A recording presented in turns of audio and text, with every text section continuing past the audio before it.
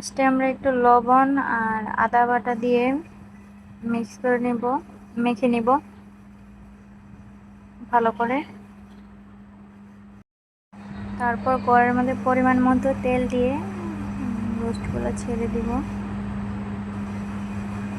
Brown colour না আসা পর্যন্ত ভাজতে হবে। তারপর প্যানের মধ্যে পরিমাণ মতো তেল দিয়ে পেঁয়াজ কুচি দিয়ে দিব প্রথমে, হালকা একটু ব্রাউন কালার করে। তারপরে গরম মশলা দিয়ে দিব, দিয়ে পেঁয়াজ বাটা আর রসুন বাটা, আদা বাটা দিয়ে দিব। নর্মালি যে মশলা লাগে আর কি, বাটা মশলা যা দিই আমরা। তারপর একটু পেস্তা বাদাম দিয়ে দিব। বাদামটা আমি কিছুক্ষণ ভিজিয়ে রেখেছিলাম।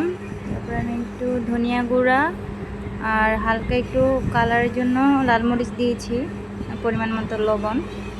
মশলাটা কষে গেলে রোস্টগুলো দিয়ে দিব মশলাটার ভেতর।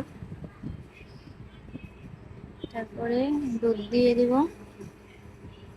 টেস্ট বাড়ানোর জন্য একটু চিনি দিয়ে দিব। নামানোর আগে হালকা জিরা গুঁড়া দিয়ে দিব।